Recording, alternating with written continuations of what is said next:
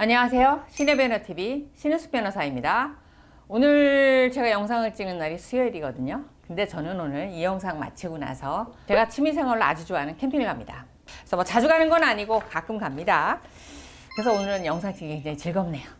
오늘 영상과 관련해서 뭘 찍을까 고민을 하다가 우리가 이혼소송을 제기하면서 분한 마음에 상대 배우자에게 이제 피해를, 데미지를 준다고 하는 행동들이 있습니다. 근데 그게 오히려 독이 돼서 나에게 이제 해가 되는 행동들이 있습니다. 그래서 소송에서 절대 하지 말아야 될 행동에 대해서 오늘 영상을 찍어보도록 하겠습니다.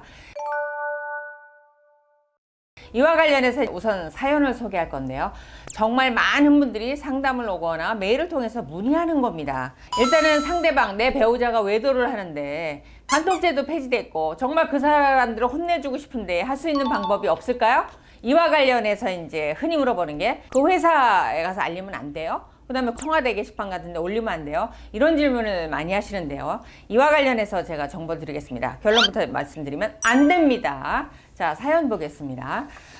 사연 보내주신 보니까 남편이 이제 외도를 하시고 상간녀도 이제 아내분의 존재를 알고 있는 것 같습니다.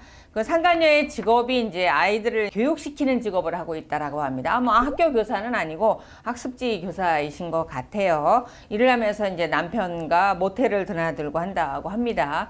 아내분이 이와 관련해서 상간녀분에게도 그러지 마라 알렸고 본인이 고통스러운 부분과 관련해서 사실 뭐 선택을 해서는 안 되는데 자해를 하신 적이 있는 것 같아요. 그런 부분도 알려주면서 가정을 지키겠다, 내가 고통스럽다 이런 부분을 알렸는데도 계속해서 남편을 만나고 있어서 혼낼 방법과 관련해서 이제 청와대 게시판에 올리면 안 되냐, 뭐 직장에 알리면 안 되냐 이런 질문을 주시는 메일이 왔습니다. 근데 이런 부분에 대한 질문을 많이 받아서 오늘 정리해서 알려드리겠습니다. 우리나라는 법치주의 국가이죠. 요즘 뭐 법치주의라는 단어가 굉장히 많이 나오는데 법치주의 국가라고 하는 건 개인이 불법 행위를 당해서 피해를 입었을 때 그에 대해서 자력 구제를 금하고 있습니다. 자력 구제를 금한다는 얘기는 내 집에 도둑이 들어서 내 물건을 훔쳐갔다고 옛날처럼 잡아가지고 이렇게 손목을 땡강 자른다든가 이런 거 하지 말고 경찰에 신고를 해서 정상적인 형사 절차를 거쳐서 처벌을 하게 하라는 거고, 민사적으로 위자료를 청구해서 본인의 정신적 고통에 대한 위자를 받으라는 겁니다. 그걸 직접 하지 말라는 거예요. 국가기관을 이용하라는 거예요. 근데 흔히 이제 상간녀라든가 상간남에 대해서 너무 고통스러우니까 그 사람의 직장에 알리고자 하는 마음이 누구나 사실 있으세요. 누구나. 가장 크게 문제가 되는 게 첫 번째 명예훼손이고, 두 번째 위자료에서 이제 감액되는 사유가 됩니다. 명예훼손이 되는 부분은 우리가 보호하고자 하는 명예는 정말 그 사람이 진실한 사람인가 그런 걸 평가하는 게 아니에요. 이 상간녀라고 말하는 분이 외부적으로 알려졌을 때는 학습지 교사이지 않습니까? 그러니까 학습지 교사라는 그 외부적인 명예를 침해당했을 때 처벌한다는 겁니다. 그러니까 내부적으로 그 여자가 착한 여자인지 나쁜 여자인지 악녀인지 뭐 이런 거를 따지지 않는다는 거예요. 그래서 본인이 이러한 사실을 그 직장이나 주변에 알렸을 때 명예훼손으로 처벌이 되는 겁니다. 안타깝지만.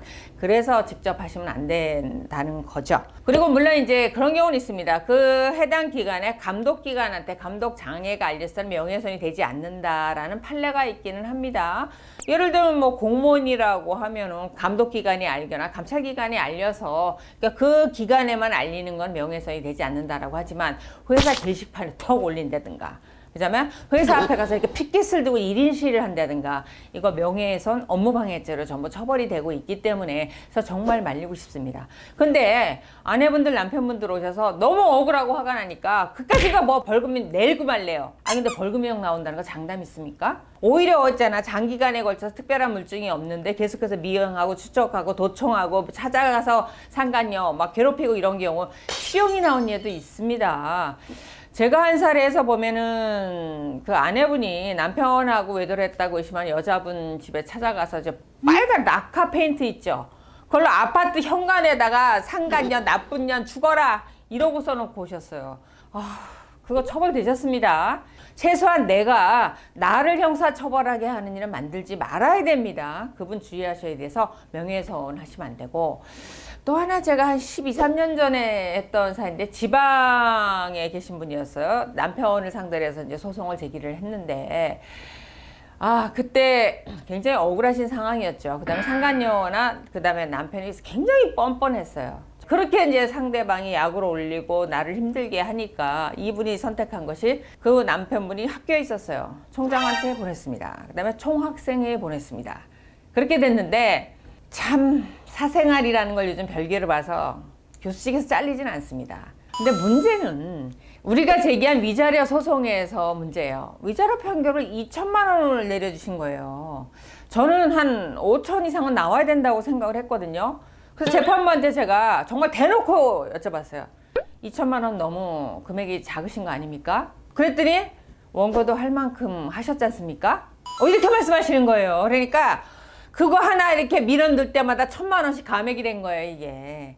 그래서 저는 처음에 이런 걸 하시겠다고 하면 저거 극구 말립니다. 그래도 죽어도 해야 되겠다. 그럼 1,000만 원씩 깎입니다. 분명히 설명을 드립니다. 근데 그게 만약에 그럼 천이 나는 해야 되겠다라고 한 질문 계시면 소송을 제기해서 상대방에서 유책이 있다라는 잘못을 했다는 위자료 판결을 받으면 그 판결을 가지고 감독기관에 보내는 것 정도는 현재로 문제가 안 될 수 있습니다. 이게 첫 번째 팁이었고요. 두 번째 이제 제가 알려드릴 거는 너가 불법행위한 거 고발하겠다 이런 협박하면 안 돼요. 예를 들면은 남편이 회사에서 이제 자금을 만지는 부서에 있어요. 그러면 이제 공금횡령을 했다라든가 아니면 관련 업체한테 뇌물을 받은 게 있다라든가 그런 거 사실 아내분한테 갖다 주는 경우가 많거든요. 근데 이혼하고 나면 너 죽고 나 살자인데 그런 거 생각하냐고. 너 공금횡령으로 내가 고소할 거야. 이런 협박을 한다는 거예요. 물론 이제 그런 부분이 상대방한테 상당히 압박이 되는 건 맞습니다. 근데 아셔야 될 거 그거 공갈입니다. 내가 재산 분할을 더 받을 목적으로 상대방을 협박하고 있는 거잖아요. 그 사람이 불법적인 행동을 설사했다 하더라도. 그러니까 저희가 신족사등도례가 적용되니까 공갈로는 고소를 안 하지만 협박이나 강요에 해당됩니다. 실제로 기소가 되고 있고 형사적으로 처벌이 되고 있어요. 그래서 상대방의 불법이나 비리를 가지고 협박하시면 안 돼요. 절대로 그런 거 하시면 안 되고 그 다음에 이제 아이들이 있을 때 주의하셔야 될 게 이 면접교섭 양육권 부분에 대해서는 법원이 전적으로 주관한다 그랬어요. 그래서 앞에 보시면 양육권 영상에서 제가 상세히 올려놨습니다. 당사자들 말 듣지 않습니다. 법원이 주관해서 절차를 하게 되는데 일단은 소송이 제기되면 현재의 상태 유지하면서 면접교섭권을 이제 시행을 하게 됩니다. 그런 과정에서 절대 하시면 안 되는 게 아이 탈취하시면 안 됩니다.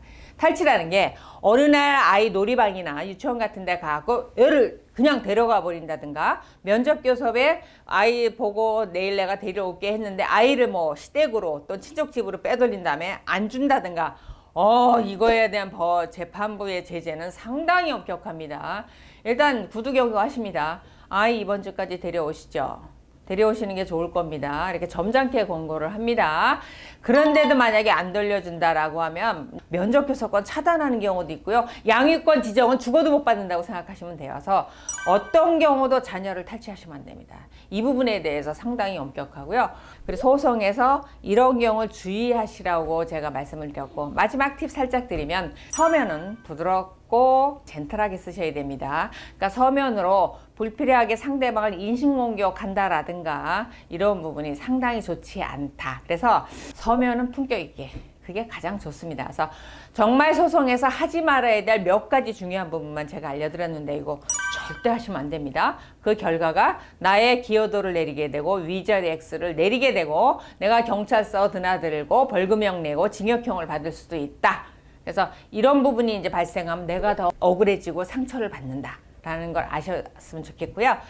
일단은 참기 힘든 그 분노의 감정, 돌을 닦는 심정으로 참으셔야 이길 수 있습니다. 참는 자만이 이깁니다. 꼭 기억하시기 바랍니다. 오늘 영상 도움이 되셨다면 좋아요, 구독하기 눌러주시고 알림 설정도 부탁드립니다.